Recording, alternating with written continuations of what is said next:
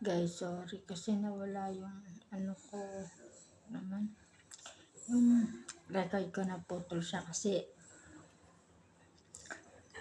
full na. Full memory na ako.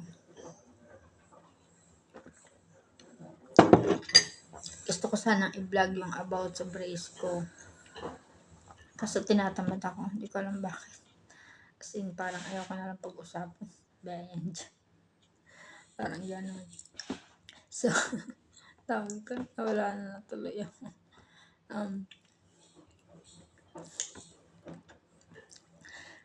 Ito ngayon, 2 weeks na siya. Okay na ako.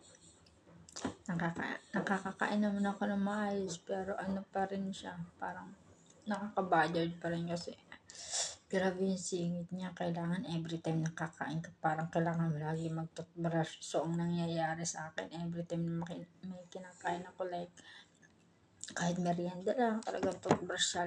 Dapat 2 times a day lang ako nag-toothbrush. Ngayon, halos nagiging 6 times a day na, o 5 times a day, para lang, kasi, nakakainis siya. Ang dami niyang singit. Hindi siya comfortable. As in, hindi talaga. Wait lang guys. Hindi ko talaga siya may vlog kasi tinatamad ako. Pero ito lang ha. Ito lang ang may share ko sa inyo. Nung unang araw ko sa pagpa-brace, as in nung unang lagay, hindi ko pa naman mararamdaman kasi ano pa naman may pressure lang siya para hindi pa masakit. Ang masakit sa kanya is kinabukas. Tapos yung di ba na halos nabubulol ka na. Nabubulol ka na kasi may iniiwasan ka na magtama yung ngipin. Kasi sobrang sakit talaga. Parang tapos mga ilang araw parang magsisisi ka na bakit mo to? Bakit ka pa ba nagpa-brace? Parang ganun. Kasi ang sakit talaga. As in, umaabot na siya sa ulo minsan. Ngayon, since 2 weeks na, wala nang masakit, pero may nararamdaman ka na umuuga. Talagang ingat na ingat ako.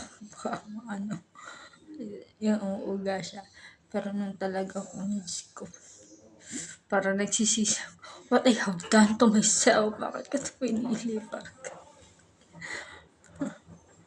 Ilang muna guys. Kasi tinan niya, dahilan kung ba't ako nagpa-brace kasi naghiwalay na yung ngipin ka sa baba. Tapos, ang pangit ng bite ko. Kasi yung ngipin ko dito may naka-ulta, may nakalubog, may mahaba, may maikli. So, syempre, since kaya naman sa budget. Kaya, bakit ka titiisin, di ba? Kung pwede naman, parang, sa Pilipinas, as in, hindi ko talaga kaya kasi ang mahal talaga eh. Pero dito, parang, oh my God, walang imposible sa Dubai. Lahat ng gusto mong magagawa. Parang gano'n. Okay, wait lang guys kasi mapupuli yung memory ko. Bye! Thanks for watching!